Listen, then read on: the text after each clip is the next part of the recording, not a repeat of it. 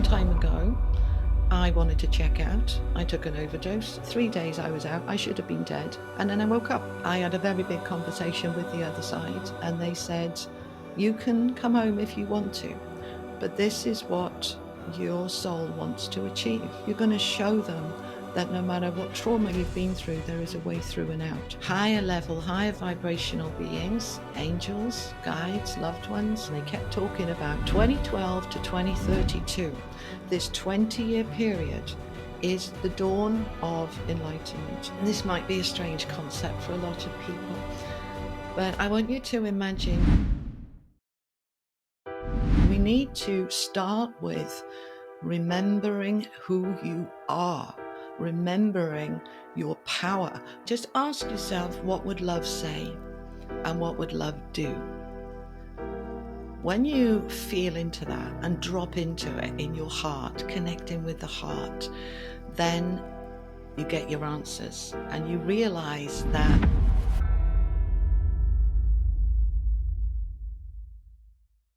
when people ask me what I do, it starts to get complicated. I try to wrap it up into a simple kind of, I'm a spiritual empowerment teacher. So, I love that. I'm not a coach, but I'm hopefully inspire people into their own empowerment, helping them to live and lead their best lives, showing them how, giving them encouragement and support when it's all going horribly wrong, and yeah, showing them a way through. So yeah, I mean, officially, I am, I suppose you'd call it a psychic. I call it an intuitive. I'm not a medium. I don't talk to dead people, but I do speak to spirit and higher level beings of light and source and Jesus and the masters and things like that, which is wonderful. I'm a Reiki master teacher. I'm a hypnotherapist. I'm an author. I'm a tarot reader. I'm a soul reader. And I do a lot of energy realignment, helping people to kind of identify what's in the way and helping them get rid of it. Um, what else do I do? Oh my goodness me. So I've got a YouTube channel. I do private clients as well for readings and for healing. Healing, I don't particularly like that word, but to realign. And I predominantly teach from the I am presence and the law of attraction. That's kind of where I come from.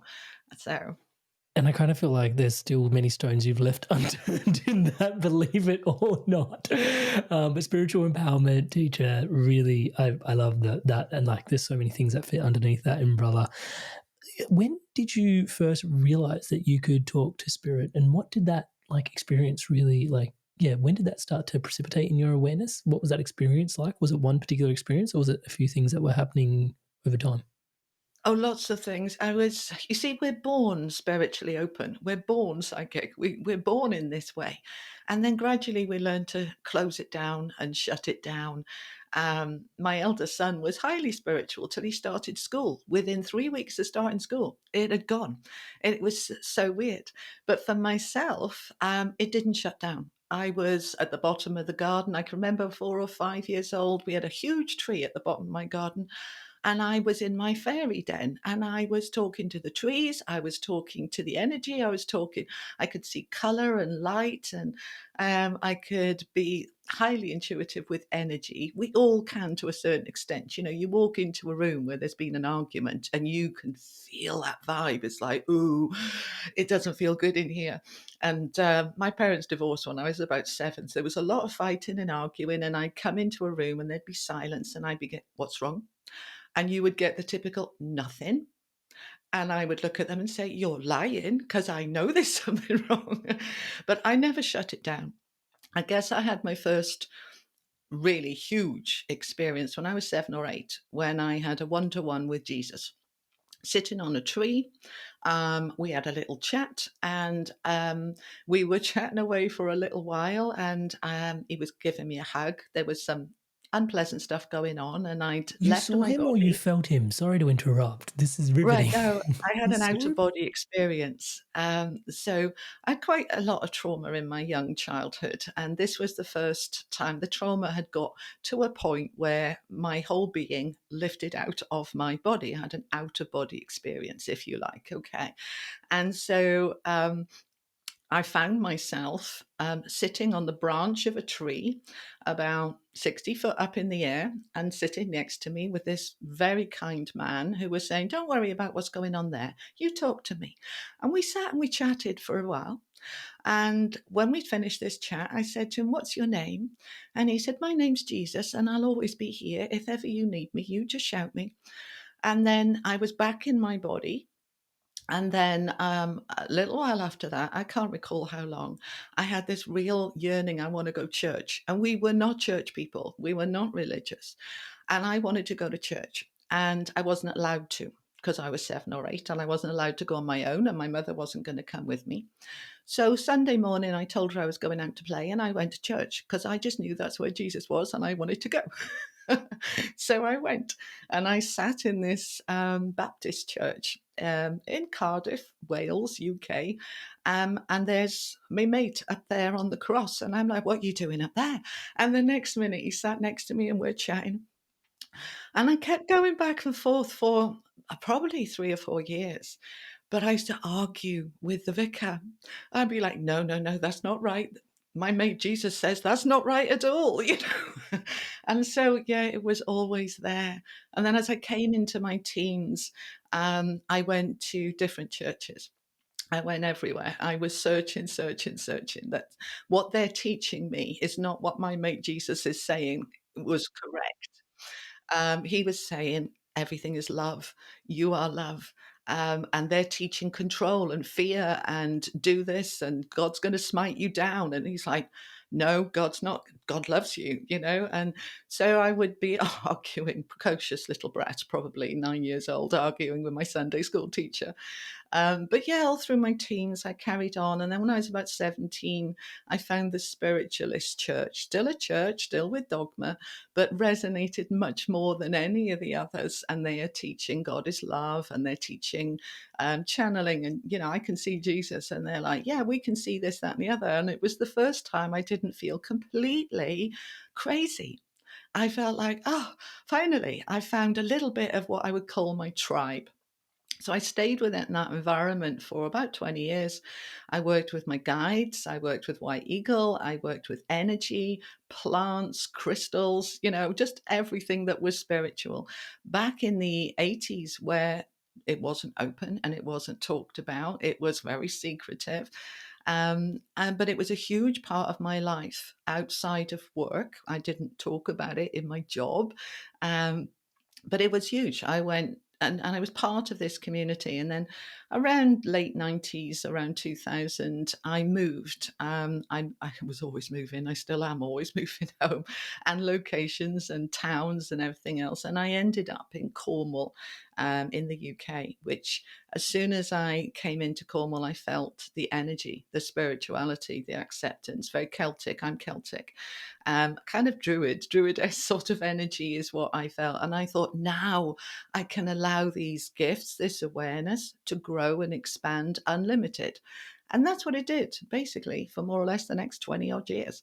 And I moved around a fair bit, but I started at that time classes. I was teaching people. It was around that time where people were starting to awaken.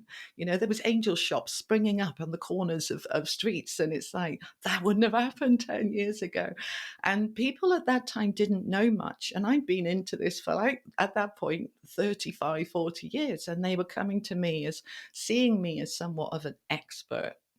I'm not really, but I knew more than they did at that point. So I started sharing and teaching and doing meditations and psychic channeling and readings. And I quit the day job and I really allowed myself to go into this. I retrained as a hypnotherapist and, you know, could really tap into the subconscious, all those beliefs around fear and control, and starting to dissolve those and moving more into your own sense of power. And yes, to do a reading for somebody, to give them some guidance, it can be disempowering. And I'm always careful with that. When people come to me, tell me what to do, what should I do? Um, and so what I do is trying to sort of feel into what the soul is wanting, what the higher self is wanting, what potential is there for them, and helping them to tap into that potential if it feels right for them to do it. And then through the 2000s, that's when I discovered the I Am presence with the I Am discourses with Saint Germain. I read all of those books, really resonated for me massively. And then I found The Secret and Abraham Hicks and other very high level beings, Janie King channeling Patar. This is very high level. This was me learning. I found Neil Donald Walsh and Conversations with God. That became my Bible. And I was blessed enough to interview him last year for my own channel, which blew me away. I'm like, you've been my hero for 25 years. But that's kind of, yeah, that's what I do. And here I am now. I started my YouTube channel 6 years ago. And initially I was doing my kind of empowerment stuff and self-hypnosis and meditations and trying to lift people into a better space. And I had 167 subscribers and I was getting about 200 views. And I was spending hours on these videos and nothing was happening. So I was chatting with my team upstairs and I'm like, well, this isn't working, is it? I called them my team upstairs. This isn't working. And they said, do a few tarot, give people a bit of guidance. They're a bit lost, see if you can help them. All right, then. So I've been doing private readings for 20 years, but this was now, okay, I'll do some readings on YouTube. And within a week, 10,000 views and 1,000 subscribers. And I'm like, oh, okay, they like this. It felt like the need was there for guidance. Show me, show me. And there are many wonderful readers on YouTube, but I tend to, I channel the whole thing. It's all intuitive. And my guides are telling me what to say and do. And it resonated. And now here we are 6 years later. I was just saying to you earlier, I can't quite believe that we're just hitting 170,000 subscribers, and that last month I had 750,000 views, 750,000 people watching me. I don't want to get scared about that. I always do when I do my readings. I look at the camera and I just say, I'm talking to one person who is connecting and resonating. And if that one person is times 1,000 or times 100,000, it doesn't matter. I'm trying to connect with you. And some part of that seems to work because people say, this really helps me. This has got me through a really difficult period. You've given me hope. I don't try and do false hope. I'm not a believer in that, and there are a fair few channels that do that. If I think the energy is difficult, which it particularly is this month in April, it's intense and some would say brutal. I will tell you that, but I will also then give you the tools to navigate it and help you make the best of it. And what is it all about? Why is it brutal? What's going on? Well, it's to stretch us, it's to expand us, it's to help us come into an emotional balance rather than be like a yo-yo up and down all the time. That's what's going on in a nutshell. And I help people understand that. So yeah, I'm talking for too much. Sorry, Amrit. No, riveting stuff. One of the things that for many of us, even just connecting to spirit guides can be such a thing. And that should be the question. And that is the question. So let's just park that in there. How do we connect to our spirit guides? That's the question. But you've connected to spirit guides, and then you've had spirit guides. Well, it sounds loaded when I say walk out on you, but you've had spirit guides walk out on you, and then you change spirit guides. And I was like, well, there's like so much more to this narrative when most of us are just humbly trying to connect to spirit guides. So the question still stands. How do we connect to our spirit guides? But then maybe along the journey, you can give us the story of your journey with the spirit guides, and you've got a personal fascination with White Eagle, but nonetheless, you can just take this question wherever you will. Think about it like school. All right. When you first go to school, when you're 4 or 5, we call it infant school in the UK. All right. And you've got an infant school teacher who's going to teach you the basics of as many different things as possible. And every year you go up to the next level, you go to the next class, and the teacher's teaching you a little bit more. And then you end up in the UK around 11 or 12, we go up to high school. All right. Now we've got more advanced teachers, and they're not just teaching us 2+2, they're teaching us calculus and geometry. It starts to get more complicated. And then if you're blessed enough to go on to college or university, your teachers are now professors. These are different level, right? Different level teachers. Yeah. So Like a teacher would have, a degree and a 1 year experience of teaching. A professor's got a PhD. He's written books. He's right. So it's the same sort of thing with our guides. So when we start off, we've got our infant school guides. All right. They're there to teach us the basics, to get us to remember who we are, to help us to connect, to know that we're not alone. And this isn't just it. This is a little bit of a matrix. There's a hell of a lot more outside of this planet and this body, that we are soul inhabiting a human form, and we are connected with all that is source and the universe, and that there's a whole raft of support up there for us.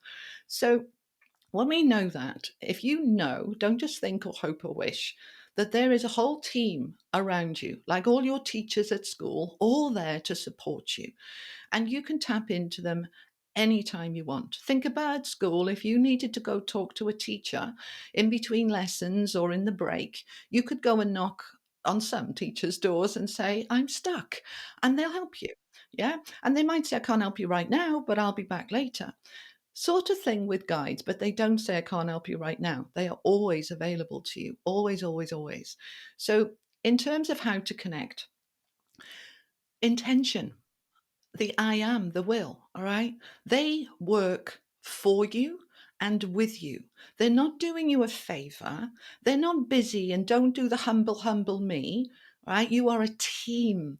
They are your team, all right? It's the same thing with God. Don't do the humble, humble me. You are a magnificent being of light that is part of source, that is that light, that soul, that love. You are the way and the life. I am. The I am is the God force within you. So, when some churches teach you to get on your knees to God and like, I'm just this awful sinner, please give me a nanosecond of your time. God doesn't like that. Jesus told me that a long time ago. It's like, God created you. He's proud of you. Don't do that. Be proud of who you are and say, God, I need a chat, and God will be there. And so will any of the masters, and so will your spiritual team. So we're not asking a favor. When you come at it in the, oh, is it all right? And if you've got a minute, and I'm really sorry to bother you, right? That kind of, I'm laughing because I've done that. right, Sorry. then we're in fear, aren't we? We're in fear. Are they going to reject me? Are they going to abandon me? Are they going to judge me? Are they going to? We're in that fear base. No, come at it from love. I need a chat. I'm struggling here, or I need some guidance. Or, I've had times in my life where never mind struggle. It was like beyond. I can't do this anymore. I want to check out. And they've had a chat with me and kept me going. You've got work to do. You can't go anywhere yet. I want to go home. No, you can't go home yet. you know so when you're connecting, come at it from that empowered place. I am needing to talk to my spiritual team. I am, doesn't have to be them. You can talk to anybody up there, okay? They're all there. They're all available to us at any time, but whoever you feel comfortable with. And many people start with a loved one. If they've lost a parent or a grandparent they were particularly close to, they're like, oh, I wish I could talk to my gran. Yeah, you can. Right, but you can also talk to your guides that will know a lot more than your gran, and you can talk to your elders that know even more than your guides, because your guides have got hierarchy, just like the teachers. Right? There's guides, there's masters, there's elders, there's ascended masters, there's all of these higher level. Who do you need to talk to? Do you need to talk to a professor, or do you need to talk to your infant school teacher? The different levels have different knowledge. So, depending on your question, your situation, who is the most appropriate to talk with? So, if I've got a question about quantum physics, which I struggle to understand, I need to go and talk to a professor, not one of my guides. Do you see? So, when we're connecting, answering your question, I get there eventually. I always go around the houses. Okay. No, this is Um, brilliant. when you're connecting, first of all, set the intention. I want to connect. All right. I am now connecting. The easiest way to start is whoever is the most appropriate being of light for me to connect with right now. Thank you very much. All right. Always a bit of smattering of gratitude. They like a bit of appreciation. Okay. That always helps as well. And so I tend to say, whoever is the most appropriate person. All right. When I'm connecting to do any of my work, I always connect with the highest beings of light available to me today. Right. And that gives you a bit of understanding that some days my vibration is not very high. And so I can't access the very high beings of light. All right. For me to get up there, I've got to be in a really good space. And a lot of the time I am. But I'm also human and I have ups and downs and I have challenges.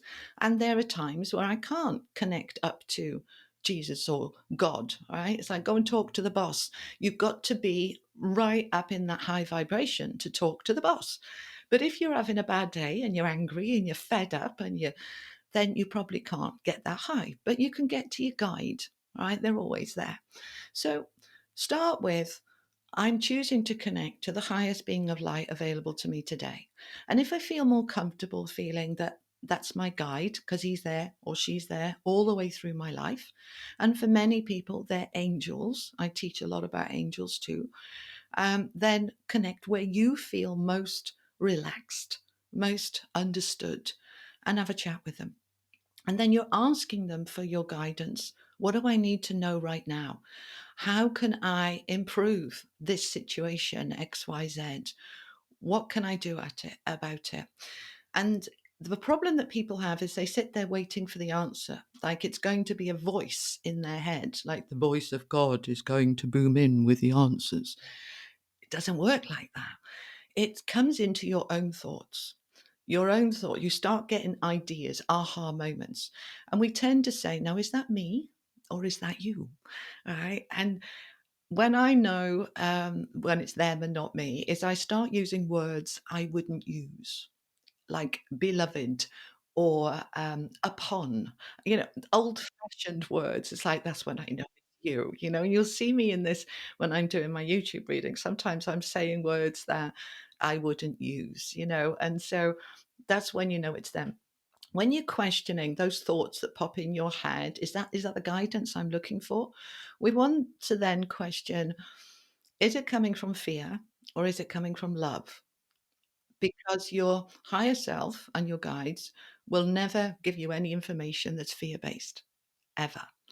If you have a private reading or you watch a YouTube reading and it's creating a lot of fear, it is not coming from the light. It is coming from the person's own.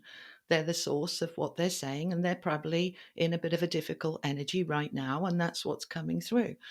But spirit, and I say spirit, basically anything that is in energy form rather than human form, will never create fear within you.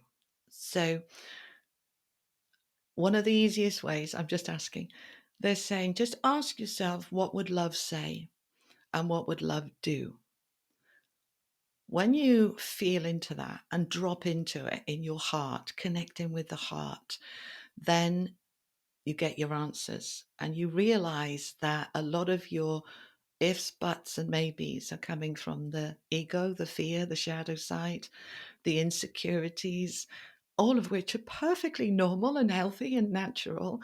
But when we're looking for guidance, what's in my highest good, what's in my best interests, then yes, we need to do a little bit of risk assessing. Is that safe? Is it appropriate? Does it feel right? But drop into the heart. What does the heart say? Does the heart say it's right? If the heart says, what the hell are you doing? Then I would seriously question it and step back. And we also have this idea of our relationship with our spiritual team as being very one sided. And it's not, because you see, they're helping us to grow and become our best version of ourselves, helping our soul to grow and expand. But in so doing, see, this is when I know it's them. In so doing, I wouldn't say in so doing. That's when I know it's them. In so doing, um, they are also helping themselves to grow. All right. You say to any teacher, they learn more from their pupils than they do from the books. They will say, I've learned as much from my class as I've taught them. And the same goes for our teachers, our spiritual teachers in spirit. They're learning and growing too. And so they love to help us, particularly the angelic realm. I mean, their job is to support us. Whereas your guides might give you a poke and a prod and a telling off. I've had many tellings off. from my guides, your angels won't tell you off. They're just like, oh, bless, come here. We love you. It'll be all right. Their job is to support you. Now, underneath all of that is this line, and it's a very strong line, and it's called free will. And they are not allowed to cross it. And no one and no thing is allowed to cross it. We were given free will directly from the boss, and nobody or anything under the boss is allowed to take away our free will. So if you say, I want to do this, I'm damn well doing it, and it's not in your highest good, they can't stop you. They're not allowed to. They're not allowed to change your free will. What they are there is to pick up the pieces when it's gone horribly wrong because you've gone the wrong way. And they try not to say, we told you so, but my guides have told me so several times. Okay. But your angels won't. So that hopefully answers the connection bit. In terms of explaining them, when I was on Alex's show, which was such an experience. I loved it. And I was explaining that I started off my first guides that I could really see clearly. I was about 17, and they were indigenous First Nation people, Mm. Native American Indians. We Sounded a don't bit use more that anymore, shamanistic, but this yeah. was back in like 1978 or 79 or something like that. Um, and he was called Running River, and I could see him really clearly. And he was this magnificent warrior. And over time, he introduced me to the Rainbow Warriors and surrounded me with this incredible energy of these 12 beings that were on these white stallions. And they said to me, you can connect in with all of the Indian nations anytime you need it. We are with you. You can also connect in with the four winds and the great white spirit. And so for the first 20 years, this was my learning. My teaching came from this energy, very shamanic, very grounded, very earthly. My entire house was filled with drums and rattles and pictures of eagles and all sorts of amazing things. And that's where I taught from. And the cards I used to use at the time that I were not tarot. I didn't come to tarot until about 6 years ago. I used these shamanic cards. And about, I don't know, let me see, maybe when did it start? About 2001. I was introduced to White Eagle, and I didn't know who he was, but I knew he was important. He was a chief. So, like, my guide, Running River, brought me to the chief and showed me this magnificent big guy with this huge white headdress all the way down to the floor. And he called me my daughter. And he said, he was very much like, this was a bit humble me. It's like, oh, his power was. And they showed me a past life where he was my father. I was, the chief's daughter. And that he said he's reconnecting with me now to take me to the next level. So he was teaching me a lot of stuff. And that went on for about 5 years. He wasn't there every day. He hadn't got time every day. He was a busy guy. And I think I'd been with him for about a year when I was having a reading with somebody that was teaching me at the time. Lovely man called Mark Hartshorn in Devon. And I said to him, I've got this guide. And he was connecting in, and he could see him, and he said, do you know who that is? And I said, yeah, he's called White Eagle. He said, but do you know who that is? And I went, what is White Eagle? He said, there's the White Eagle Lodge, there's the White Eagle Foundation, there's White Eagle Books. This is huge. And I'm like, okay. So when I was asking White Eagle then what's going on, and he said, I'm teaching you everything I can because you've got a lot of work to do. So that was the way it went until about maybe 2006. So after maybe 20 years of this, one day, Running River'd come in and he said, I'm off now. And I kind of went, what the hell? And he handed me over to this, I kid you not, nun. Mm. And I am not a Catholic. And in the Church of England, which is what I kind of had grown up in, we don't do nuns, and this woman dressed in black came in, and he went and he waved, and I was in tears. I was really like, he said, you don't need me anymore. It's time for you to go with a new guide. So I was most distressed and I wasn't very happy about it at all. I felt very abandoned and quite cross. And I never saw White Eagle again. And I never saw him again. So this nun was with me. I didn't even want to speak to her. I'm like, I've got nothing to say to you. I do not resonate with you in any way. So it was a little bit, maybe a month of a bit of silence, because I normally every day would meditate and connect. I'd still meditate. I connect with God and Source and Jesus and the energy, but I didn't want to talk to this nun. And then I was walking through my local town in Cornwall, and there was this angel shop on the corner. And bearing in mind, my entire house was everything that was Native American. All right. And I saw this angel in the window, and I just thought, oh, I have to have that. And I was really shocked. What the hell? But I went in and I bought it and I took it home. And that was that. It's like, what's going on? And this nun came in and said, finally, right. And then introduced me to my guardian angel. And I thought, okay, now it's beginning to make sense. Because in the Church of England, I know you're in Australia, but in the UK, we've got the Catholics and we've got the Church of England, Henry VIII and all the rest of that, you know? So in the Church of England, we don't really do angels. We don't do nuns. It's not part of our belief system.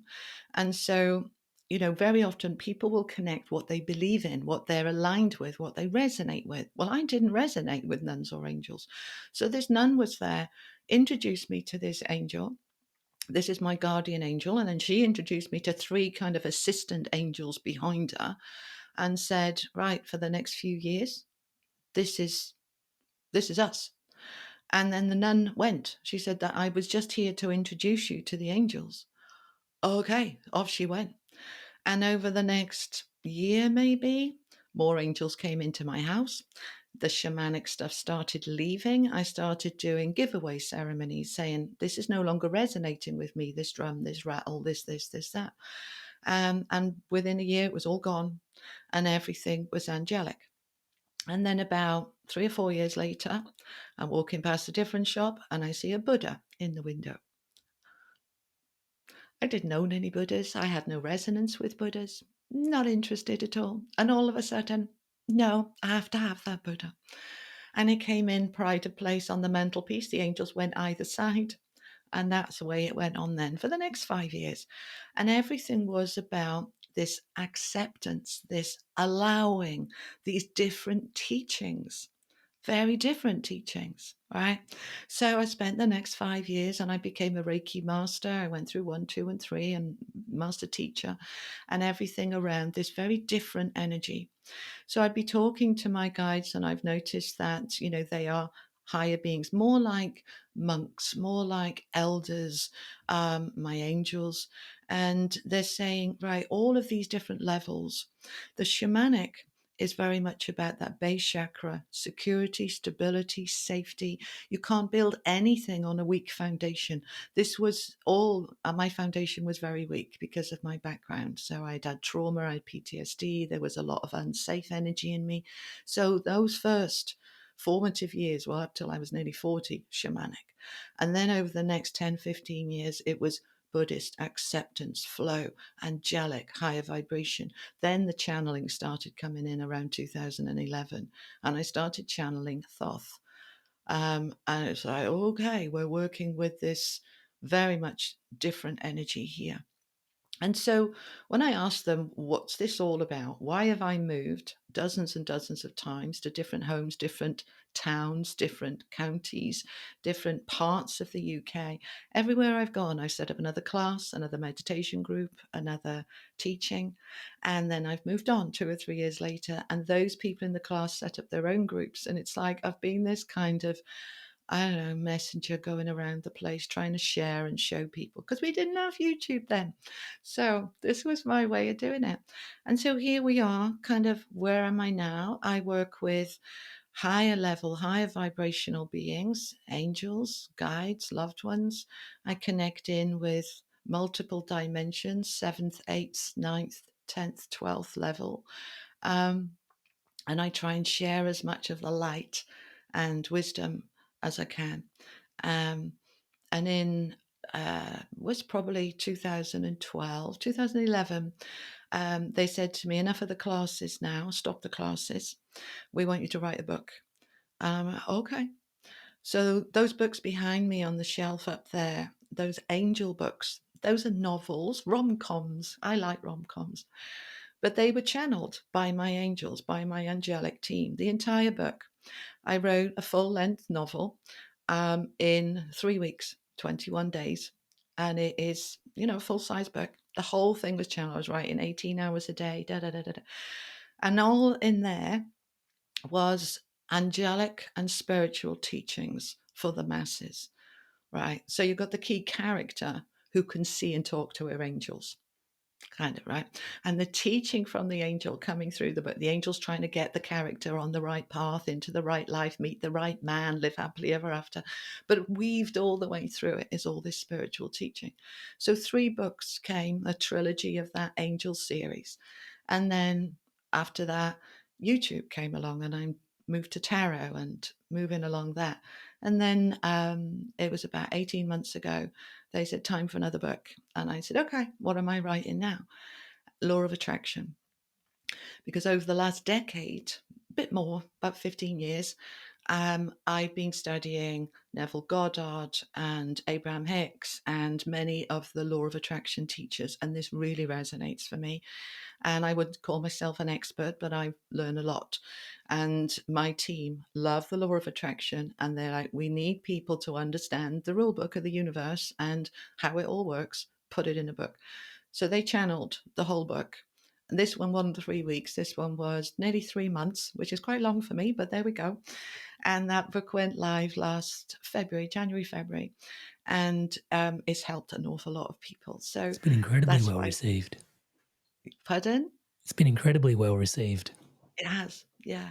Yeah. But I didn't write it. I channeled it. So, I can't take the credit. My team wrote it. Eli. I call my team Eli. When I started channeling on my YouTube channel about 3 years ago, everybody else that channels has got a name, and I haven't. I just channel. And I said to my team, well, Esther has got Abraham and, various people have got these different, what do I call you? And they said, you can call us Eli. And I said, oh, is that, what's that mean? Because I could feel that there's about a dozen of them. All right. So what is, why Eli? And they said, empowering, loving information, or empowering, lifting, inspiration, whichever way you want to use it. It's an anagram. And basically, we're a collective being that, you're sharing our wisdom and knowledge with the collective to help the collective grow and open and inspire. So that's Eli.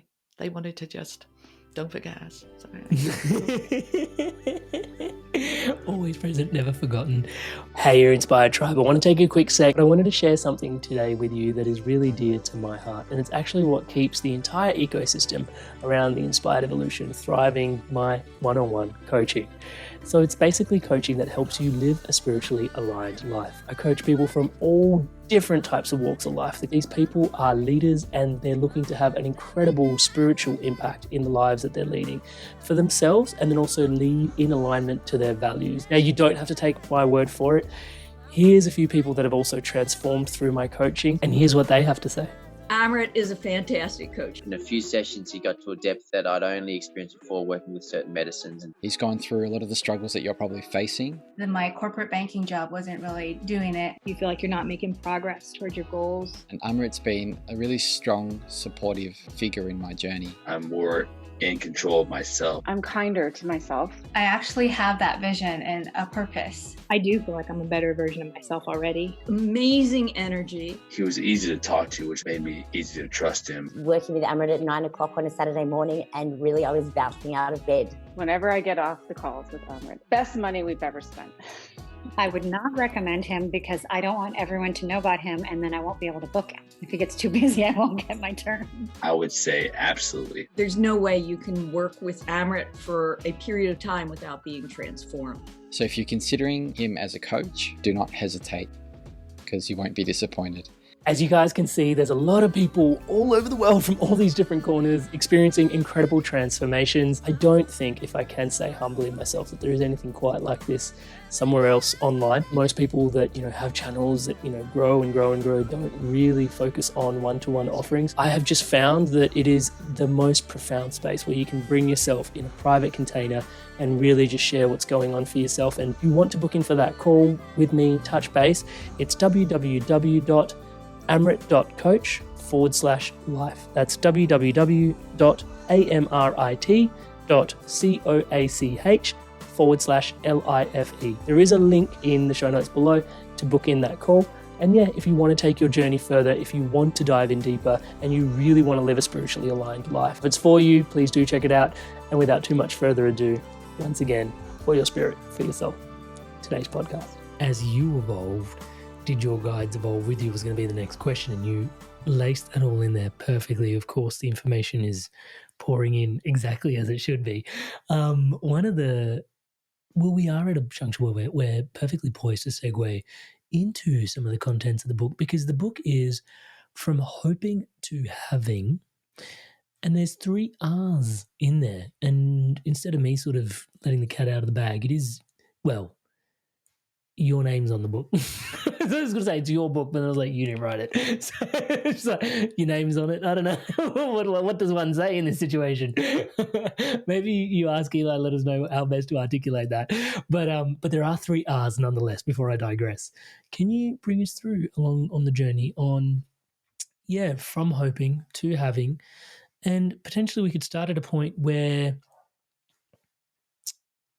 we can feel the frequency of potentially that this current book is trying to not only introduce the law of attraction to people so that they can go from hoping to having, but then also some energy around what people currently have been believing up until this point may have some kinks in it that need to be ironed out. That's probably the way to put it. Yeah. There's some wonderful writings and teachings on the law of attraction, but there are a lot of people miss the steps, all right, and they don't realize that there's these different steps. I mean, to me, the best law of attraction teacher is Abraham Hicks, Esther Hicks. And The Secret did a wonderful job of introducing people to it.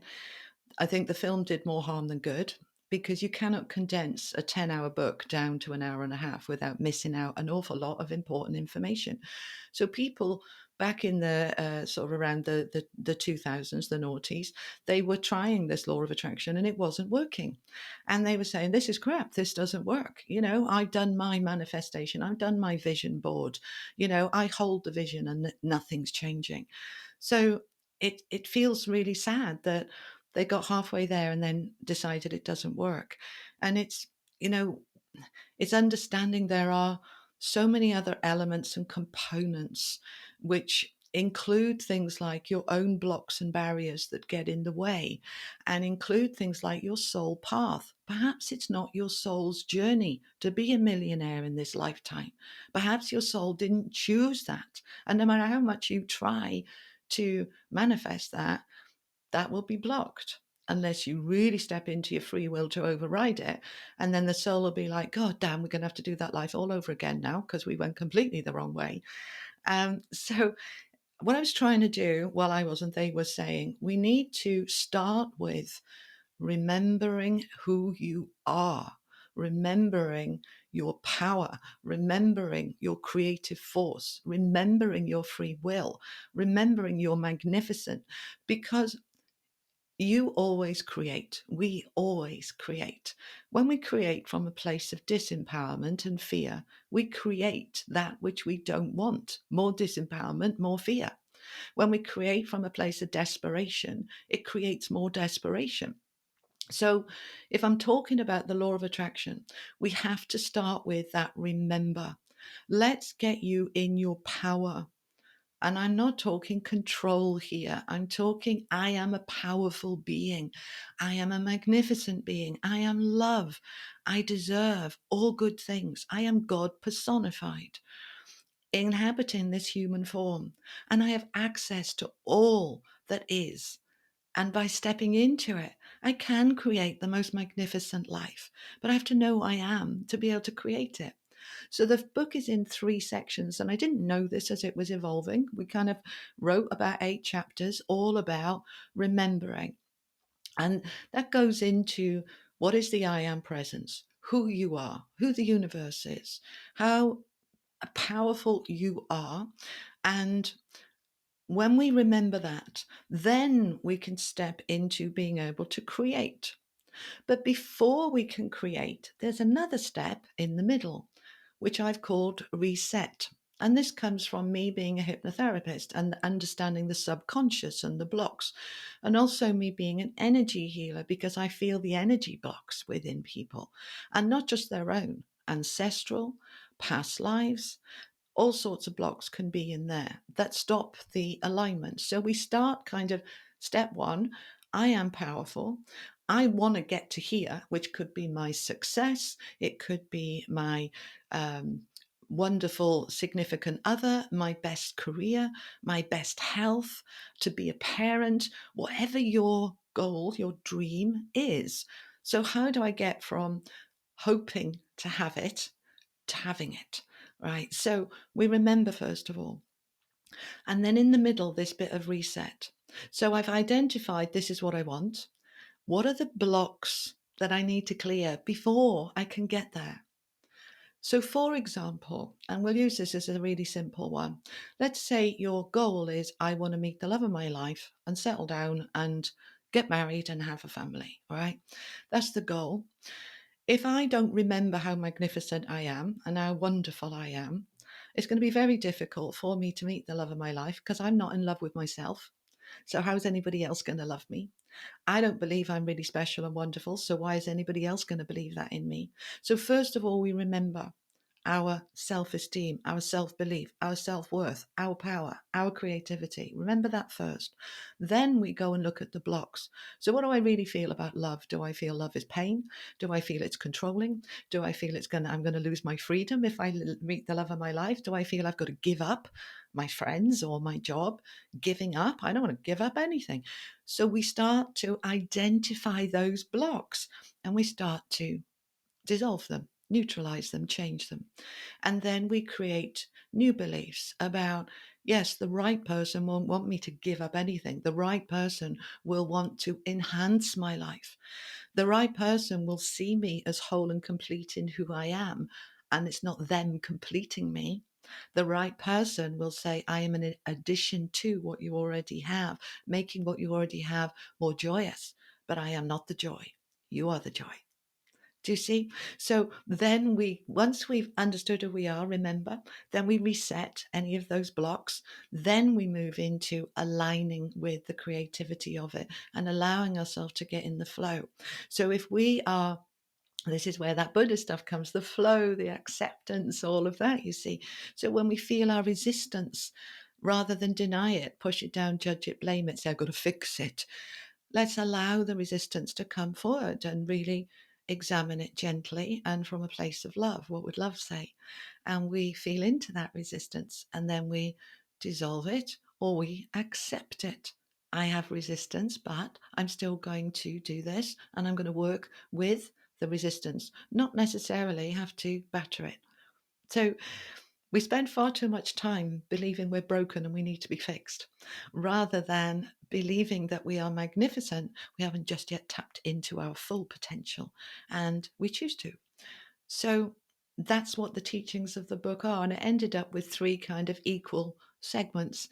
And so the last section is receive. So that's when we're now stepping into the receiving of those goals that we wanted to have. And I talk a lot about timing in there because people are ever such a rush. The Secret says you can manifest in 30 days. I haven't manifested in 30 days, therefore it's not working. And I explain in the book, it depends what you want to manifest. If you want to manifest a cup of coffee, you can do that in 30 days. If you want to manifest getting out of debt when you're 20, 30 grand's worth of debt, that's going to take about 5 years. Unless a miracle comes along. And then people will say, but I believe in miracles. And it's like, yes, the universe will give you signs. And sometimes, for a few, you might have a lottery win. You might have a big windfall. But for most, it's working through. And it's part of that working through that gives us the growth. So I'll give you an example, a personal example, and I'll be quite open about this. 6 years ago, I was in debt to about £18,000.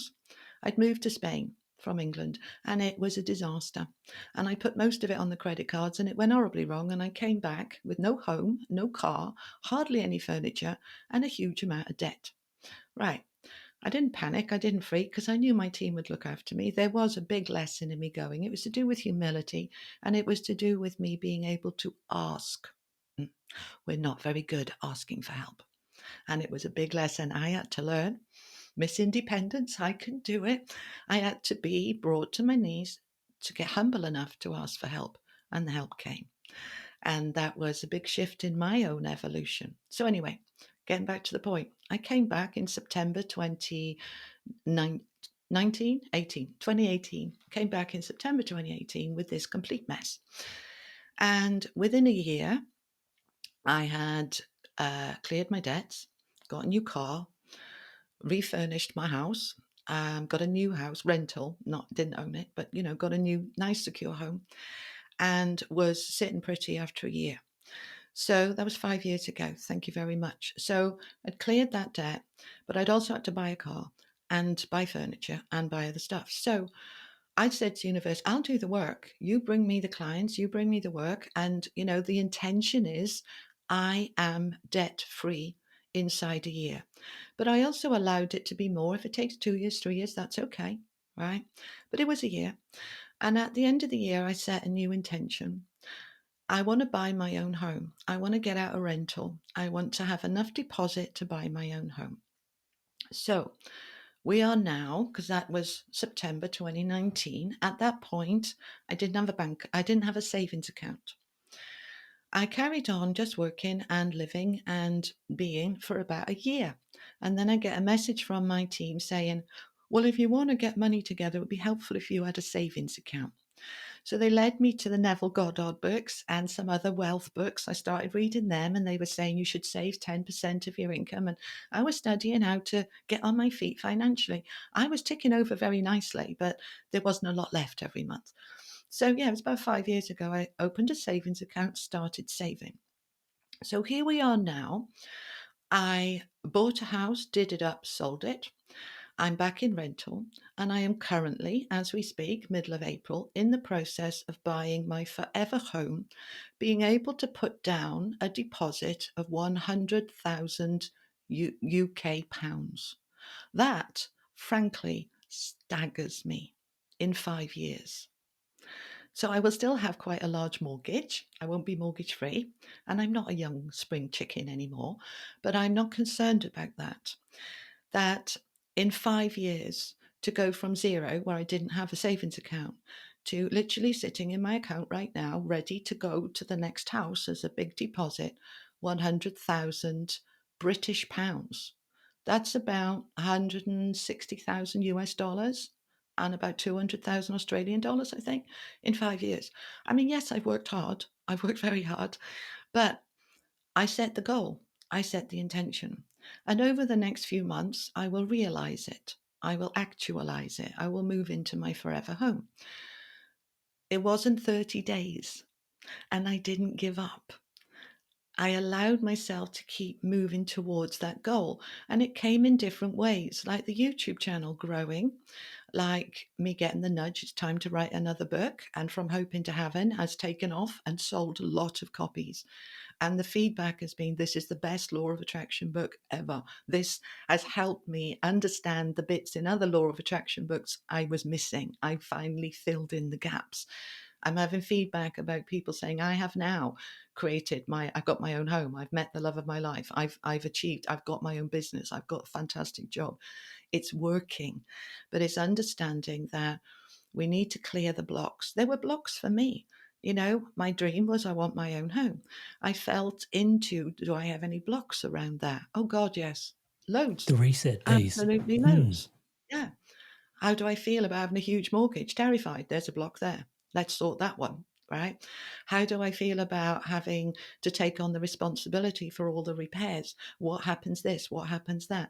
All of those are fears and blocks. And if they're there, they're blocking you from your goal. It's like putting a big brick wall between you and that which you want. So we need to get them down.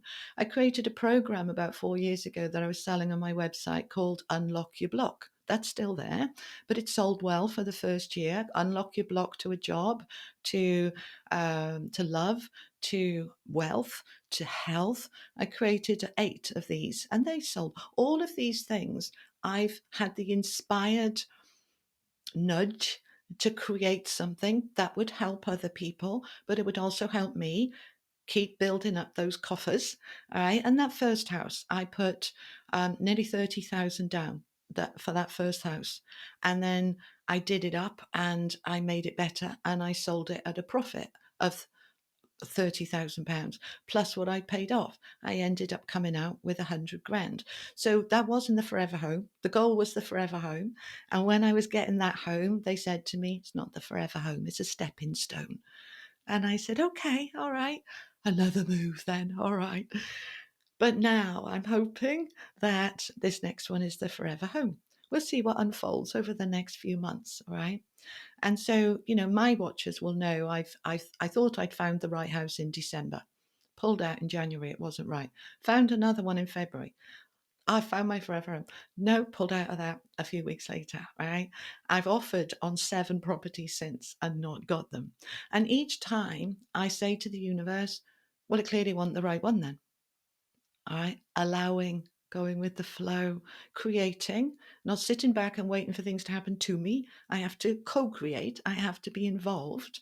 But at the same time, if it doesn't quite hit, this is where faith comes in. I trust the universe knows what's best for me.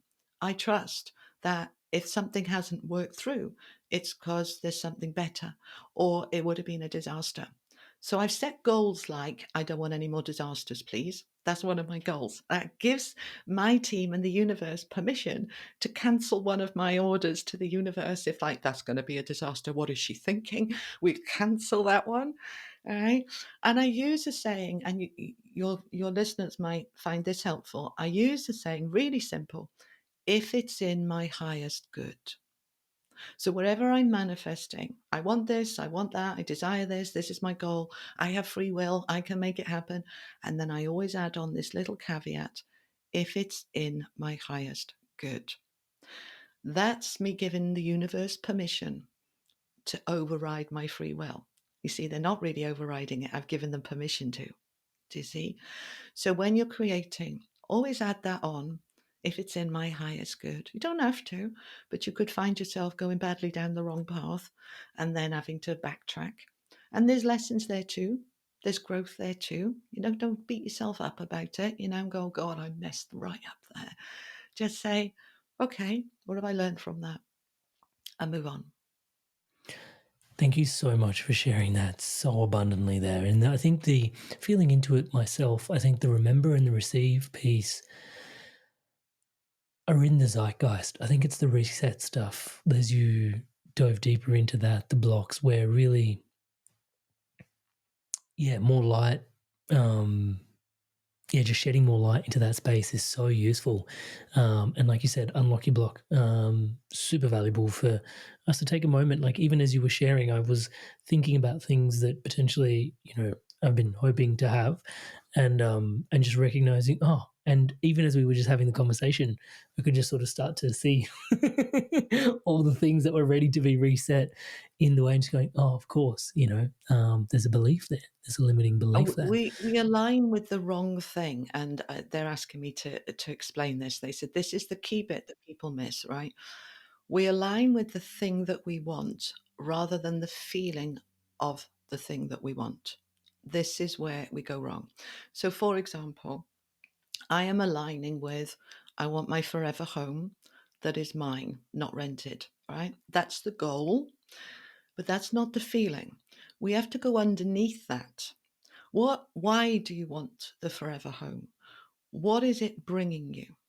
Right? So what's the energy underneath the goal? So the energy underneath that goal for me is a greater sense of permanency, security, freedom, a greater sense of empowerment, being able to paint the walls a different color if I want to, being able to change a carpet if I want to. So the goal is there, and the goal is very important. Be clear on the goal, but then drop underneath it and say, but why? What's it bringing me? That's the feeling.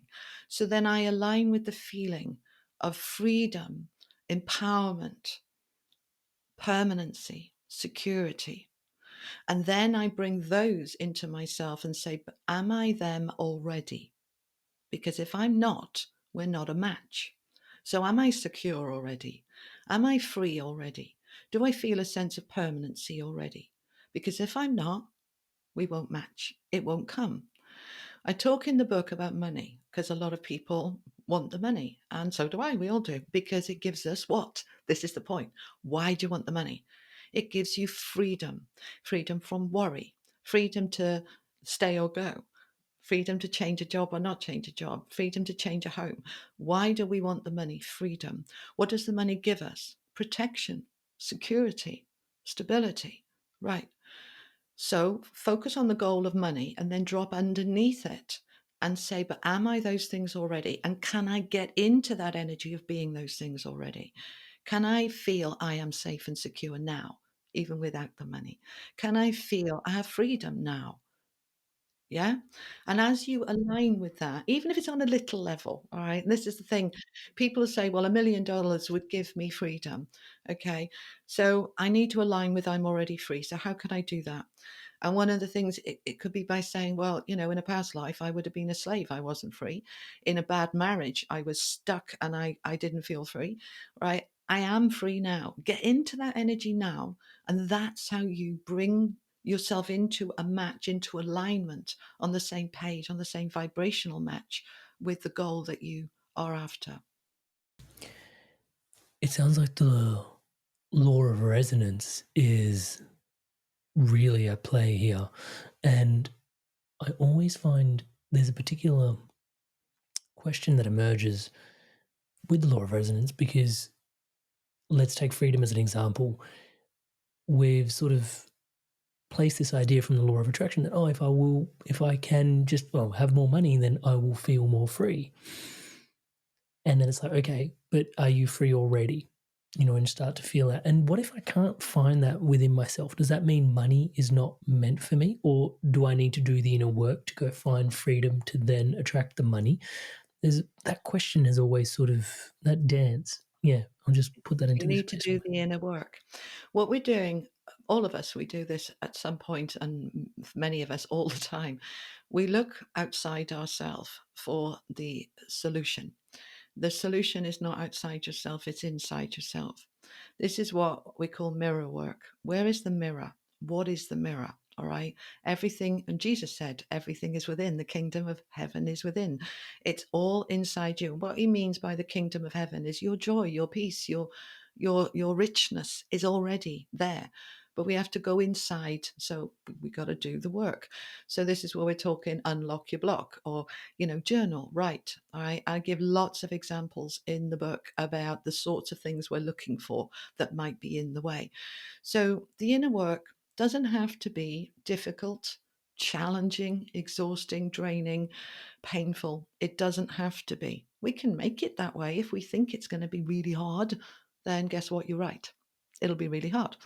If we are what we think, if we think it's hard, it's hard. If you think it's easy, it's easy. This is where your power, remembering your power, comes in. I choose for this to be easy. I choose to find my blocks easily. I choose to do the inner work easily. We can, and we're in this time of transformation so hugely at the moment, we can transform that which is blocking us in a nanosecond. It does not have to be huge work. It does not have to be intensive. You know, one of the sessions I offer a healing session called Ultimate Freedom, and it's 1 hour.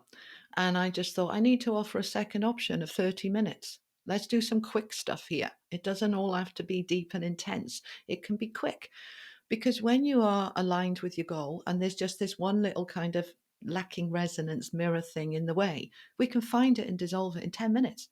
We can find it and dissolve it in 1 minute. I can do huge amounts, literally. I mean, having been sort of a therapist counselor for nearly 20 years with the hypnotherapy side, the counseling side of that, I can do in half an hour what, and this sounds very bold and arrogant. I can hear that in my voice. I'm so sorry. I didn't mean it to be like that, but it is fact. I can clear in half an hour what would take you a year in therapy. And you can too. It doesn't have to be me. You can too. And this is what I'm trying to teach people. I can show you the way. I can give you some tips. And so can many coaches, transformational coaches, all the rest, life coaches. So many people can help you. But what I want to be doing is empowering you to help yourself. So I'll show you a little bit like, let's go back to the school example, where the teacher would do one sum up on the board and show you how she got to that result. And then she would put another 10 up for you to do yourself, because the only way you really learn is to do it yourself. So somebody to show you, and then maybe hold your hand while you do it yourself, but encourage you to do it yourself. And that's what I do. So I'll do a session with somebody and we'll clear a load of stuff. And then I'll say, now you know how to clear any more that comes up for you over the next few days or weeks. Crack on. If you need me, book in another one. But I'd like you to own this and say, I can do this. You have the tools, you have the knowledge, you've got everything you need inside you. You can do it. And that sometimes, all people need is a bit of faith for somebody to say, I believe in you. And that is the mirror. If I believe in you, can you believe in you? All right. And if you can't, it doesn't matter how much I believe in you. It's wasted energy. You have to believe in you. So be the mirror. Be And the that's source. where the inner work begins. Yeah. I love that. Thank you so much for clarifying that. We were talking about guides earlier, and I'm wondering along this process of remember, reset, and receive, especially with, you mentioned we just left off on the conversation around faith, trust, believing. I follow your work, so I know there's that conversation around trusting in the universe. You use that phrase a lot, and I do too. We share that kinship, I guess, touch wood to some degree. And yeah, just feeling into how do the guides then show up to help us remember, reset, and receive? Is there a correlation and a support mechanism there? Yes. This might be a strange concept for a lot of people, but I want you to imagine your guides as being a past or future version of you, because they're all you. So your guides might have been your guide in a previous life. Like my Indian guide was probably my brother in a previous life that I see as about 400 years ago.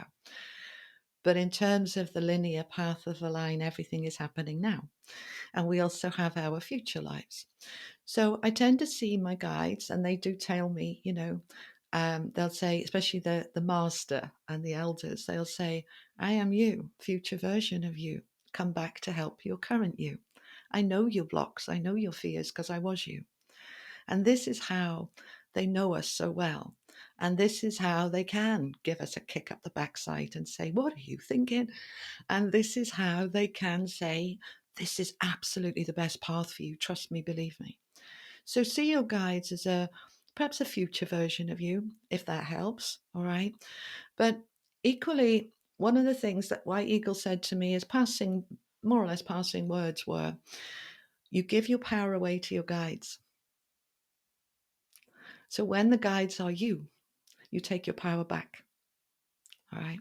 You give your power away to tarot cards. You give your power away to dowsing. You give your power away to the universe. Tell me what to do. The tools You become are the crutches. co-creating. Yeah. You're co-creating with the universe. Thank you for guiding me, but hold your power that you're doing this with their help and support. So what I want to do is begin to take our power back. Yes, work with your guides, work with the universe, but don't give them the power. My guides told me to do this. My guides are helping me. Yes, they're helping you, but they're not telling you to do anything. They're guiding you, but you take your power back. So you're working more in conjunction as a team. You are you are the leader of the team with their input. So they're showing me an image of like an office with a manager and all their team around them. A good manager will ask for feedback from the team. What do you think? What's your ideas? Let's brainstorm. What do you think doesn't work? What does work? You're part of that. So when we say the team will tell me what to do, then you're kind of like sat in the corner waiting for instructions. You're not taking responsibility, for you are co-creating. You're doing this together. And you're the leader, you're the manager, and they're there to support you. And when you need help, you can go higher. You can go up to the elders. You can go up to the ascended masters. You can go talk to Buddha or Christ or God. I go straight to the boss most of the time. I met God once. It was the most phenomenal experience of my entire existences. That's the words my team are using, existence, not just this is existence, but all of my existences. I had the honor of meeting God once. And I am quite happy to go and chat with God directly and bypass all of my team. And I don't need their permission to say, sorry, I'm going over your head here, but it's okay. Does that answer the question? I kind of went off at a tangent again. No, I it do that. really Sorry. does. It really does. And it takes me to one of the other questions that I had lined up was, you mentioned before, if it's in my highest good is a nice phrase to add when you're tuning in with your guides, especially when you're coming from hoping to having. And you also mentioned earlier on that you can end up actually free will is a bit of a line that really can get set. So, we can end up somehow calling in what's not ours. But then you mentioned that, there goes the soul saying, oh, maybe we need to come back for another lifetime to learn these lessons, touch wood. And then there's the dance between the phrase, I guess there is our will and that free will, which is sacred, touch wood. But then there is that old prayer, thy will be done. And I'm just trying to find the dance of how all of this sort of culminates, our desire, the desire of the universe, the desire of the Lord. Yeah, from hoping to having, and just how it's all really orchestrated and panned out. Like, is it really my will? Is it really God's will? Is there a difference discerning between the two? I know I'm just sort of verbally just throwing stuff at you, but there's a question in there somewhere. Can you feel it? Yeah, I can. Yeah, I can. Okay, so how to answer this? I'm just asking them for help, how to answer this. So your higher self is your higher soul that is made up of all of your lifetimes. All right. So if you imagine, let's pluck a number out of the sky. You've had 100 lifetimes. Your soul has been dipping in and out of different bodies and different experiences and learning different things. Your higher self knows all of this, it's all combined. So if you think the soul in that lifetime has absorbed that and passed it on to the collective and source and passed it on to the higher self, and then we go again and we go again and we keep learning and we keep growing. And each time we come back, we're doing several things. We set an intention. This is what you might call the karma, the Lords of Karma, or your Akashic records, or your soul contract. But the soul will identify that which it wants to put right, or to grow more in, or to fine tune, and say, that's the mission. And there might be one and there might be 10. I've got a mission, right? And so the purpose then is to accomplish the mission in this lifetime. So the appropriate guides and help and support will come in for that mission. The correct parents, family, culture will be chosen to accomplish that mission. And then the soul comes into the body of the child, the baby, to then experience that life. At any point during that life, the soul can say, I've changed my mind. I'm out of here. I'm not doing it. That's your free will. And the free will has to be honored. But what will happen once the soul gets back to the other side? They will be able to understand in the life review, this was the plan, and you got kind of, say, 40% of the way there. Do you still want to finish it? And the soul might say, no, hell no, I've changed my mind. I don't want to do that. And that's okay. It'll go and find another mission. Or if the soul says, now from this perspective, this higher perspective in the life review, God, I wish I'd finished that. Well, do you want to go back and finish it off? Yes, please. All right. Well, next time you might check out again, and then you've got 60% of the way. Do you want to go back and finish the last 40%? Right. This is why, this is the explanation they gave me why, and this might trigger some people, but why some people are only here for a short while, why people die young, why people suffer, why people have the lives that they have, because they were here to just finish off. They weren't meant to be here for 70, 80, 100 years. They were here to just finish off. All right, that's why. Other souls are here not for their own mission, but for somebody else's mission.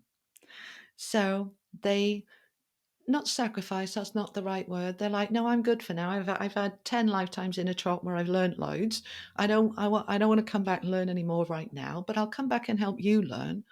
So they will come in as your soulmate, and your soulmate can be your worst enemy or your best friend to help you achieve your mission.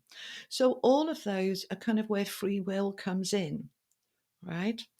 So where does the free will come from? It comes from the soul who's choosing what my next experience is. All of those experiences feed into source. Source doesn't decide, God, the universe, source doesn't decide, this is what I want, this is my will for you, this is what I want you to do. For a start off, that's a complete oxymoron. If source has given us free will, why would then source say, this is my will for you?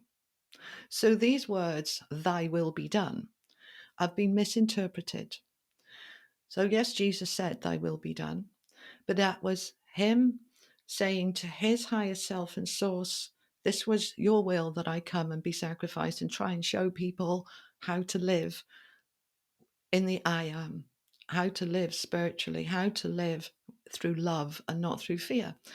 So when he was dying, he said, yes, thy will be done. I've completed my task. I've completed my mission. And people took that. This is what my team are telling me right now. And I've got shadows all down me. People took those words, thy will be done, as Jesus saying, you have to give your power to God to tell you what to do, and you have to obey God, and you have to obey God's will. That was never what he was saying. Thy will be done is your soul's mission. You see, billions and billions of souls are here all the time, all right? One goes up, one comes down, they're here, they're all of the time, all right? And all of the information, the learning, the knowledge, the light, the growth, the love gets fed back up into source. So can you really see source being that particular about, but I wanted you to do this particular thing for me? No, it all feeds into the collective source anyway. So source has never said it's my will. Source has said it's your will. What do you want to do? And I will gratefully receive. And I want to just emphasize this, please. Source will say, I will gratefully receive what you bring back to me. We don't think of source as being grateful. We think of ourselves as being grateful for source. But you see, we are the source and source is the source. We have to mirror each other. So source is also grateful to us because we feed back in the expansion and growth and the light. So it's never about thy will be done being God. Thy will be done being your God self. And so we have a mission. A long time ago, I wanted to check out. I took an overdose. I'm done. I won't swear, but I was pretty done. And I was very spiritual at that time. I know where I'm going home to. I'm happy to go home. I did not like this life. I did not like the suffering. I did not like the trauma and the PTSD I lived in every single day. I couldn't take it anymore. And I had enough. And a miracle, a near death experience, if you like. 3 days I was out. I should have been dead, but 3 days I was out, spark out. And then I woke up. And in that 3 days, I didn't know it was 3 days, it felt about 3 hours for me. I had a very big conversation with the other side, and they said, you can come home if you want to, but this is what your soul wants to achieve. You're going to help an awful lot of people. You're going to show them that no matter what trauma you've been through, there is a way through and out, and you're going to show them that path. You're going to teach people the truth of spirituality and their own empowerment, and you are going to save a lot of people. Now, if you don't want to go back, you don't have to go back. But your soul wanted this, your higher self wanted this, and it will be worth it, I promise you.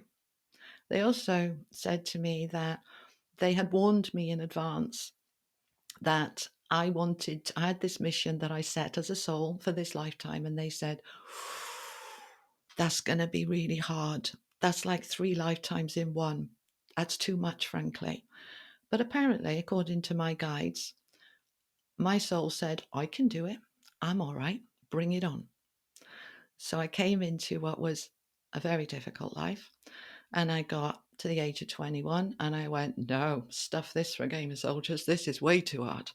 And my guides, when I was in that other side review, were saying to me, we did warn you it was going to be tough, but it won't always be like this. And we are with you.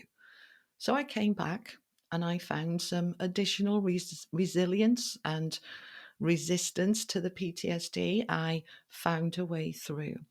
And then by the time I was 20 years older, I had healed it, cleared it, released it, and found a way. And then used that to teach others how to heal them. I specialized for 15 years on helping people with PTSD, rape, abuse, violence, and helped and healed a lot of people. And each time they said to me, this is why you were here. This is why you had to experience it so you could help others. But I was also clearing my own karma.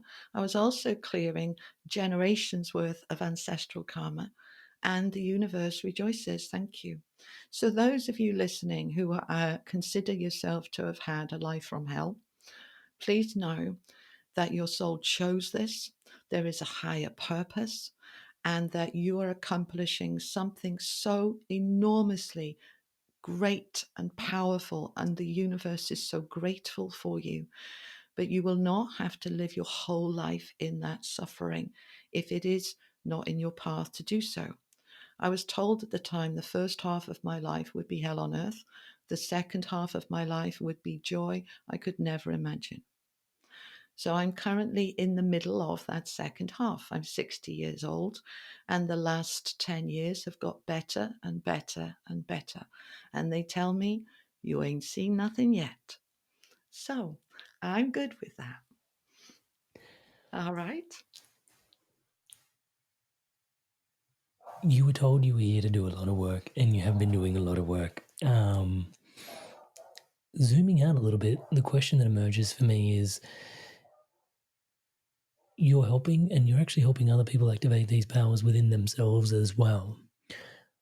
What is it about this particular time that we're in? It seems to be there are more people waking up than ever before. It seems to be more people are opening up to, let's just call it ESP, extrasensory perceptions. That's a nice, easy way to put everything under an umbrella. It's a great umbrella. More than ever before.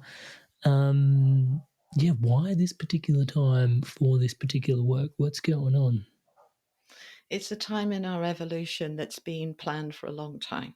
So we've gone from very low vibration, fear, control, mastery of others, all the rest of this for a long, long time, thousands and thousands of years. And we can see the progress. If we kind of zoomed out and saw the progress over 1,000 years. That seems ever such a long time. But look at where we were in, say, 1024. We were barbarians in certainly in the West. And then in the East, there was a lot more gentleness and philosophy and spirituality. You kind of look at where we've come to by the 1500s, and things were beginning to evolve a little bit, but not much. And then coming up to this last century, the 1900s, that's where spirituality really started to get bigger, louder. It started very quiet, like a whisper, all right? And then it got louder. And alongside that, we have this shift in perception of what's acceptable and what's not acceptable. There's been a big shift in that in multiple different areas in terms of racism and sexism and homophobia and control and mastery and all the rest of it. Massive. But it's not everywhere. We look at, you're in Australia, I'm in the UK, we look at America, there is a sense of freedom, much more than there was 50 years ago. But if we compare that with, say, the Middle East, they're way behind where we are now.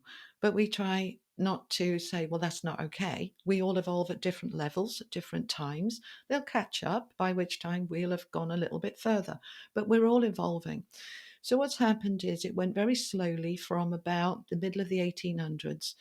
And by the middle of the 1900s, it was starting to speed up. Then when we came past the 60s into the age of Aquarius, we weren't in the age of Aquarius, but we could feel it coming. Aquarius represents freedom and enlightenment. So we start to see the power of what was happening in the 60s, all of the riots, the demonstrations, the books, all the things starting to come out saying this isn't okay. I'm not tolerating this. We didn't know about it before, or if we did, we tolerated it. So it's all starting to open. And then comes along the internet and AI and all of the technology. Now we can share more information than ever before. And the more people know, you see, education is power.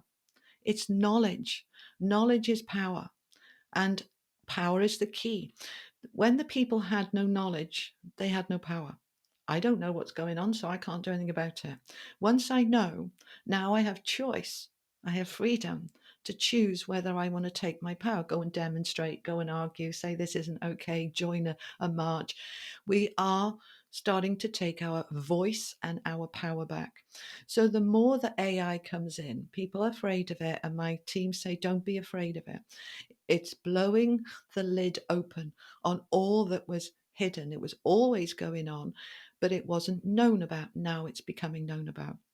So what's happening is as we progress, I mean, I was into this from the late 70s and they kept talking about 2012, which seemed an ever such a long way away then, 2012 to 2032.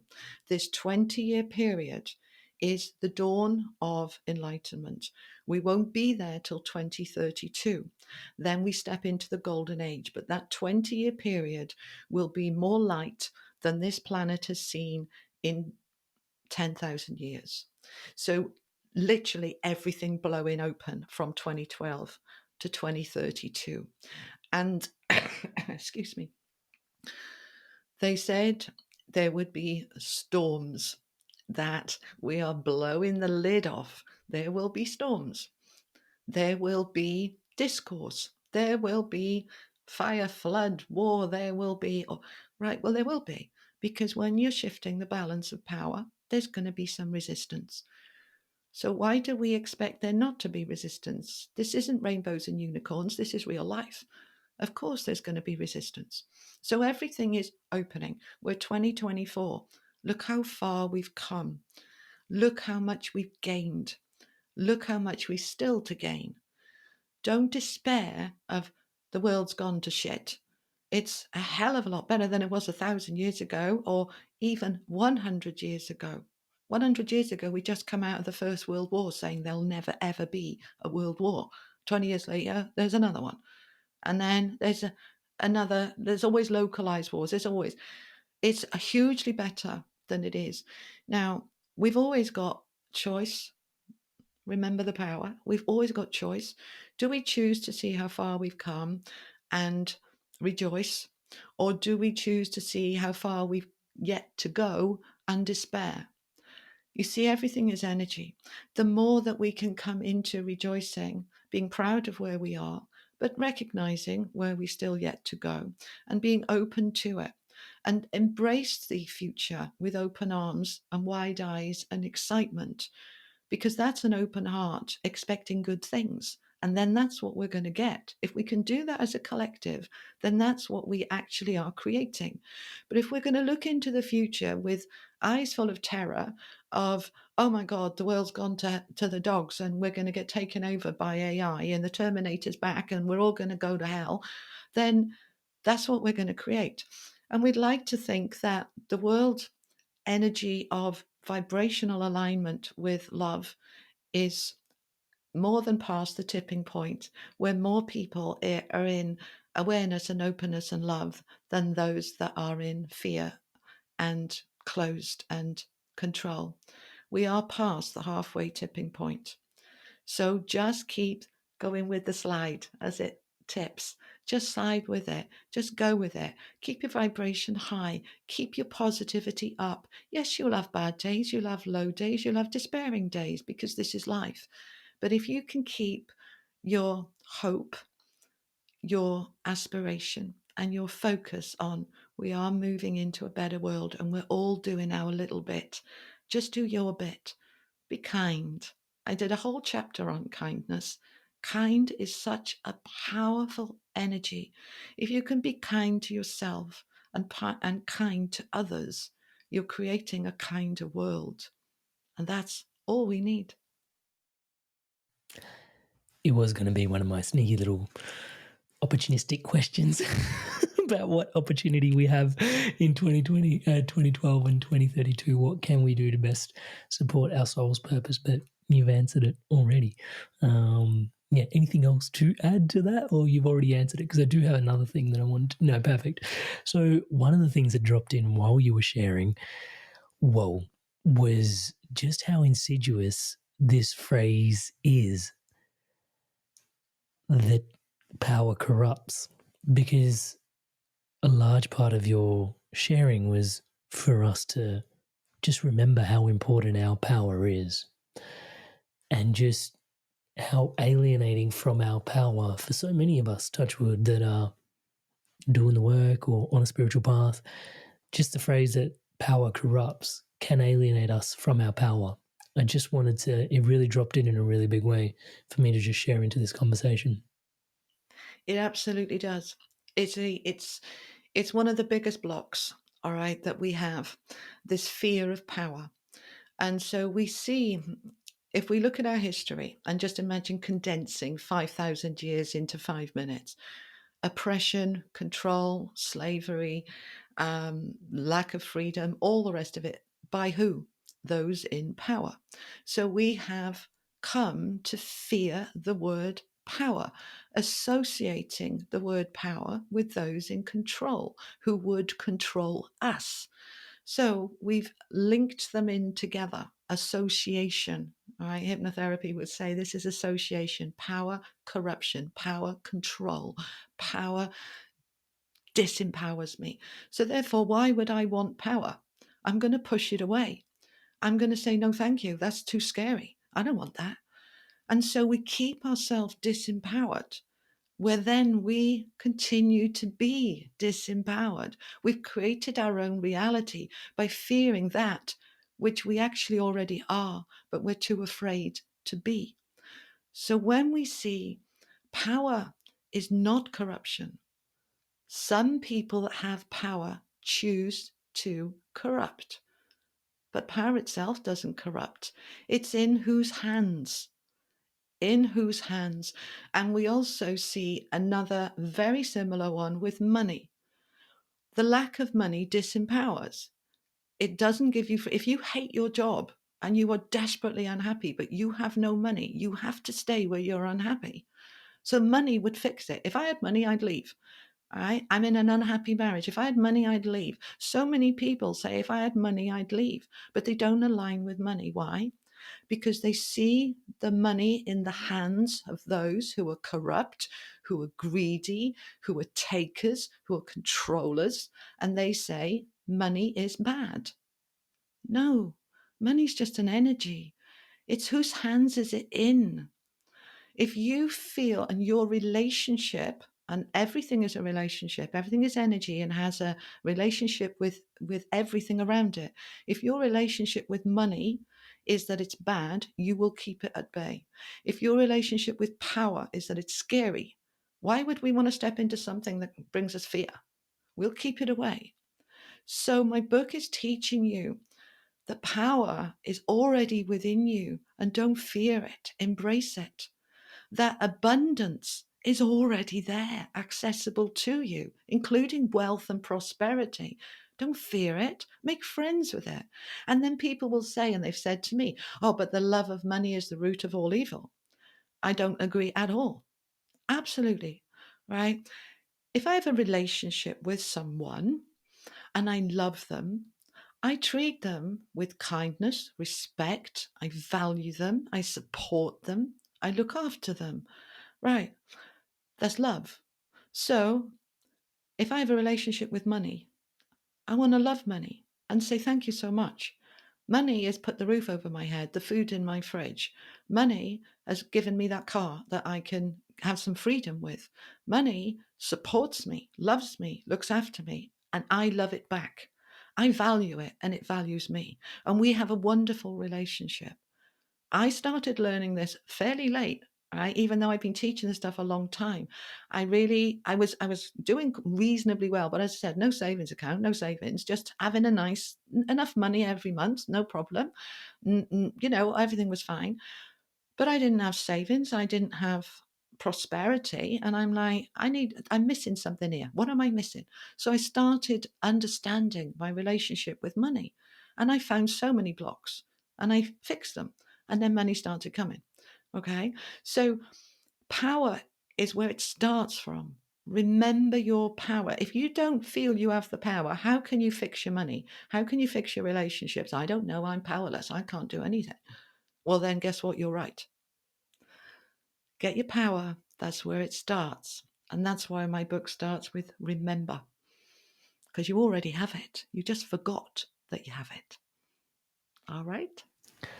Julie, I'll put a link to, and all of you tuning in, hello. There will be a link to the book in the show notes below for you guys to go check out.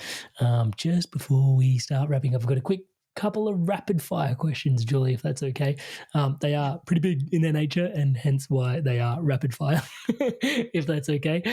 If I can ask you, what is your definition of living a good life? Being your authentic self. How do you define God? Self. What is the ultimate purpose of life? Joy. And for those that want to find out more about you, how do people find you online, Julie? I'm obviously biased about the YouTube channel. I will share a little bit about that in a minute, but how do people find you?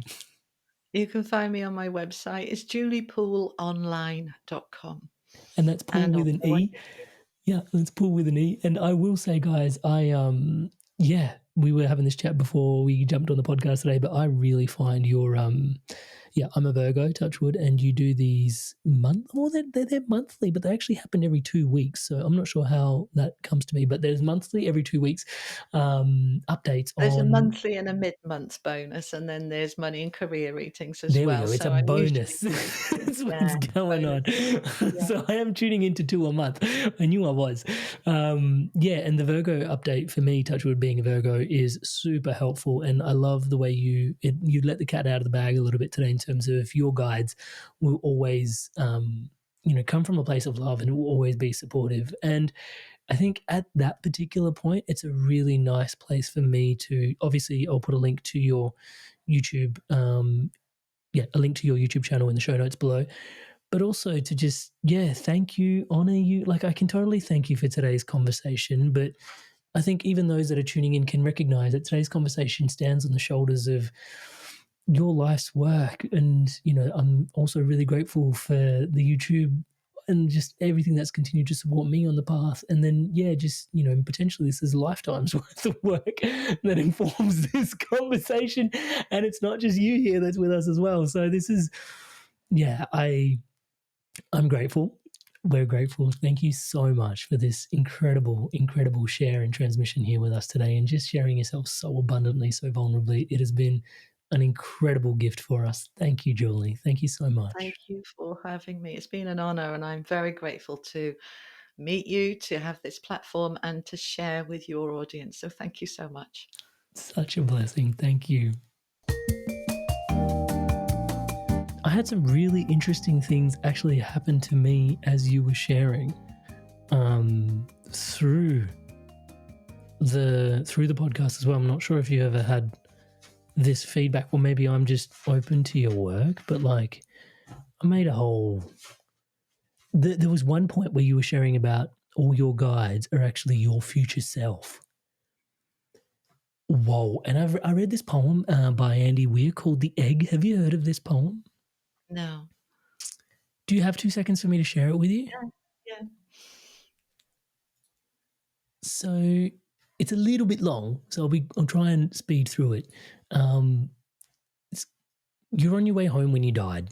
It was a car accident, nothing particularly remarkable, but fatal nonetheless. You left behind a wife and 2 children. It was a painless death. The EMTs tried their best to save you, but to no avail. Your body was so utterly shattered, you're actually kind of better off. Trust me. And that's when you met me. What happened, you asked? Where am I? You died, I said matter-of-factly. No point in mincing words. There was a truck. It was skidding. Yeah, I said. I died? Yeah, but don't feel bad about it. Like, everyone dies. I said. You looked around. There was nothingness, just you and me. What is this place? Is it the afterlife? More or less, I said. Are you God? You asked. Yeah, I replied. I'm God. My kids, my wife. What about them? Will they be all right? That's what I like to see. That's the good stuff. You just died and your main concern is for your family. You looked at me with fascination. To you, I didn't look like God. I just looked like some other man, possibly a woman, some vague authority figure, maybe more of a grammar school teacher rather than the Almighty. Don't worry, I said. They'll be fine. Your kids will remember you as perfect in every way. They didn't have the time to grow contempt for you yet. Your wife will cry on the outside, but will be secretly relieved. Your marriage was starting to fall apart. If it's any consolation, she will feel very guilty for feeling somewhat relieved. Oh, he said. So what happens now? Do I go to heaven or hell or something? Neither. You will be reincarnated.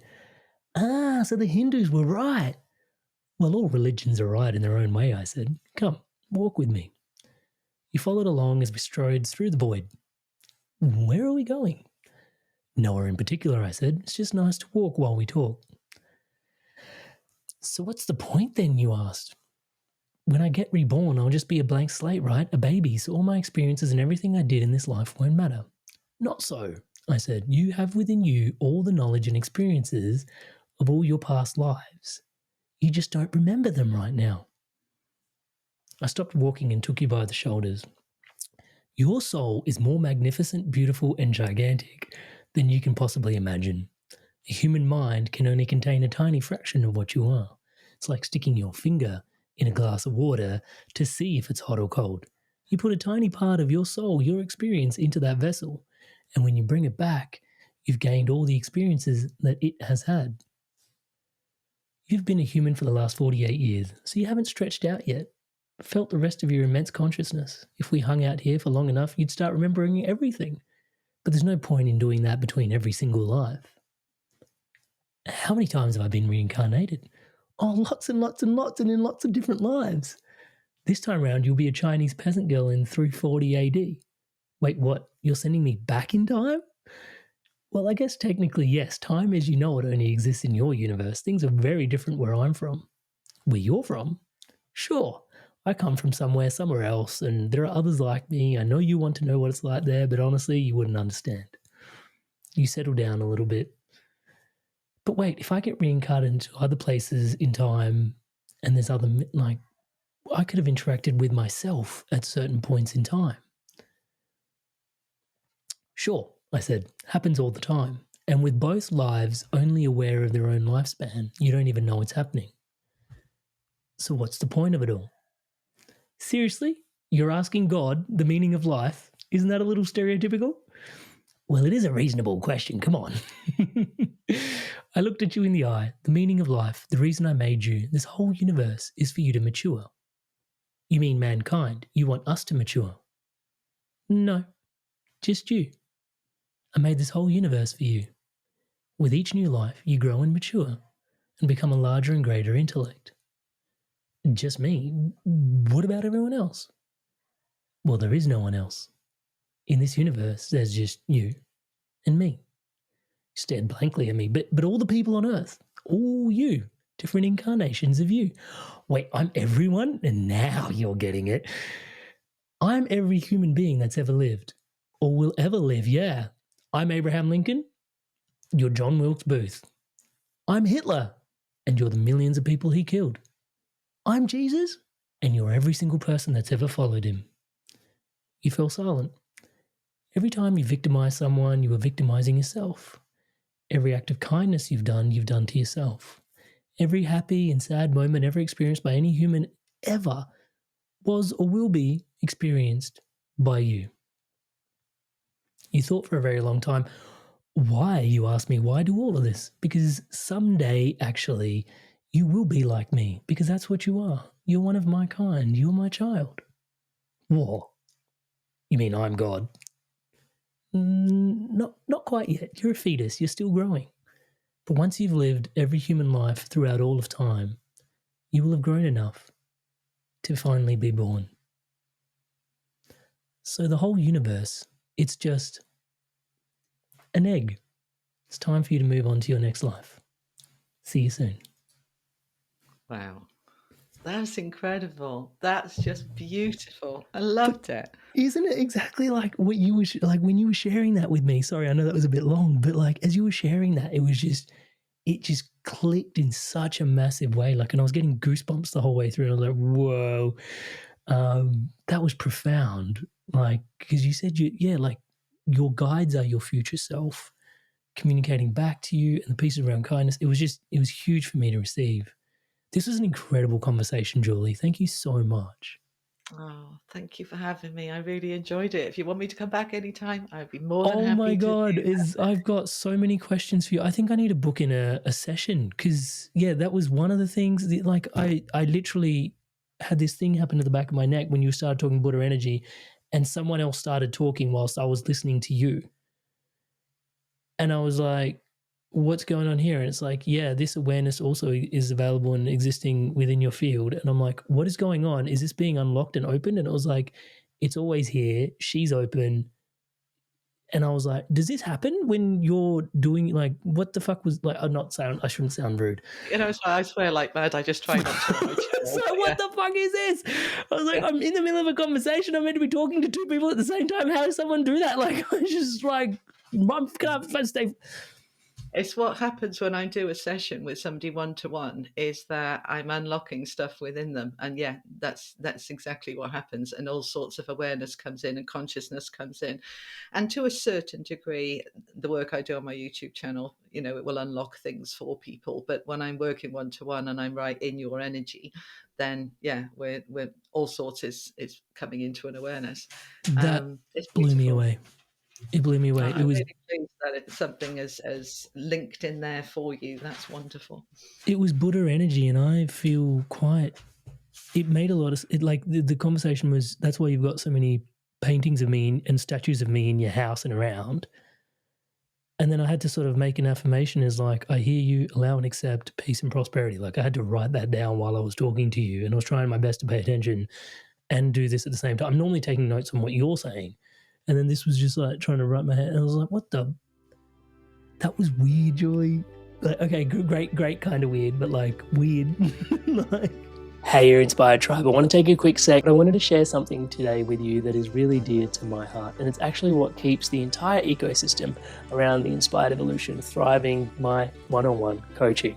So it's basically coaching that helps you live a spiritually aligned life. I coach people from all different types of walks of life. These people are leaders and they're looking to have an incredible spiritual impact in the lives that they're leading for themselves, and then also lead in alignment to their values. Now, you don't have to take my word for it. Here's a few people that have also transformed through my coaching, and here's what they have to say.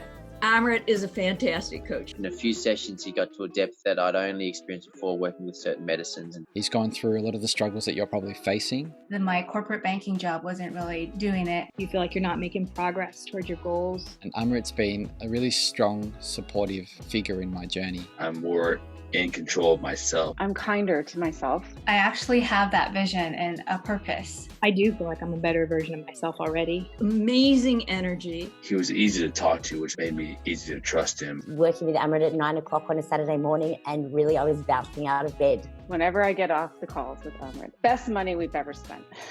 I would not recommend him because I don't want everyone to know about him and then I won't be able to book him. If he gets too busy, I won't get my turn. I would say absolutely. There's no way you can work with Amrit for a period of time without being transformed. So if you're considering him as a coach, do not hesitate because you won't be disappointed.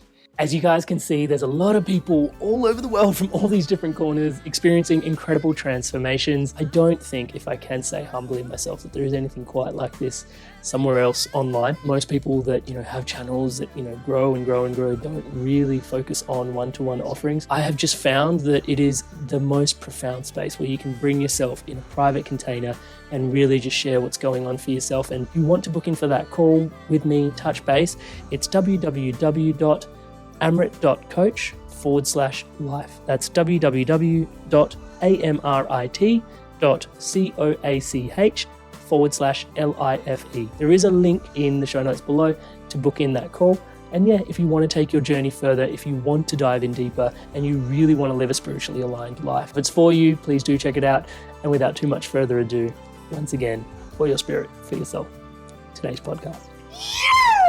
Thank you so much for watching this video all the way to its end. Obviously, you absolutely love this podcast, and I want to thank you so much for watching this all the way through. Here is another video that's perfectly curated just for you to watch as the next best video to keep your inspiration flowing, to keep you evolving, to keep you yowing. Check it out now.